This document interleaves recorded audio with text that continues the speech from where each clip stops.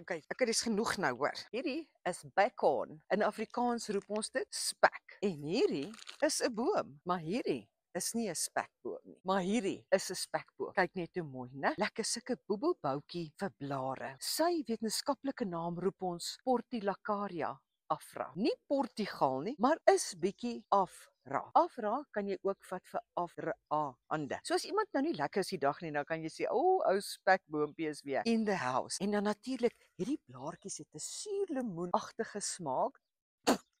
Lekker. Mens kan hom ook in 'n slaaitjie sit. Hierdie is een van die wonders van die natuur. Eerstens is hy inheems. En dan, as jy hierdie sou aanplant en jy kan 'n hektaar van dit aanplant, dan verander dit 4.2 ton koolsuurgas in 4.2 ton suurstof. Weliswaar 'n heavy breather. Dit is die boom wat per hektaar die meeste suurstof produseer, meer as 'n tropiese reënwoud. So as jou man nou 'n heavy breather is, jy weet daai wat hy snor dat tot sy toenails begin vibreer, dan kan jy vir hom sê, hoor jy ou spekboompie of hoor jy ou Portulacaria, jy moet staan daar. Maar verder is hierdie lieflik, nou mense wil hom net sommer omhels. Hy het ook nie dondertjies, doringkies, niks nie. Dis net So die afra wat nou sy subspesie naam is, dui op afderhande en die spekboom is varkerig en natuurlik in Addo Park is hierdie boom die heel gunsteling van die olifante.